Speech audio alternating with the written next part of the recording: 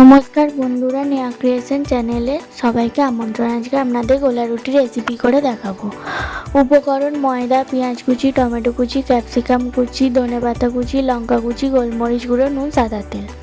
প্রথমে একটা জায়গায় ময়দা নিয়ে তাতে একে একে টমেটো কুচি, ধনেপাতা কুচি, লঙ্কা কুচি, ক্যাপসিকাম কুচি, পেঁয়াজ কুচি, নুন দিয়ে ভালো করে মেখে নিতে হবে। এতে গোলমরিচ গুঁড়োটা দিতে হবে, সেই ক্লিপটা নেওয়া হয়নি।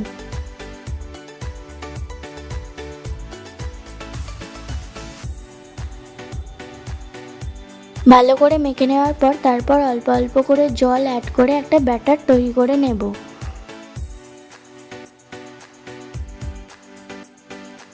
ব্যাটারটা খুব বেশি পাতলাও হবে না, আবার খুব বেশি ঘন হবে না, ঠিক এরকম একটা তৈরি হবে।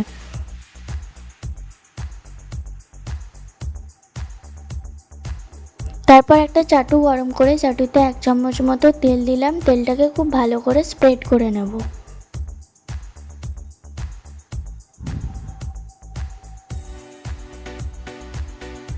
তেলটা ভালো করে স্প্রেড করে নেওয়ার পর এগাতা ব্যাটারটা দিয়ে দেব। মাঝারি আছে আমাদের গোলা রুটিটা তৈরি করতে হবে। 1 মিনিট পর এটাকে খুব আস্তে আস্তে উল্টোতে হবে। আবার উল্টে দেওয়ার পর আরও 1 মিনিট রান্না করব। মাঝারি আছে রেখে উল্টে পাল্টে একটু প্রেস করে করে ভেজে নিতে হবে। উল্টে পাল্টে ভেজে নেওয়ার পর টক দই, আচার বা সসের সাথে গরম গরম সার্ভ করুন। আমার রেসিপিটিটা ভালো লাগলে লাইক, শেয়ার অ্যান্ড সাবস্ক্রাইব করবেন।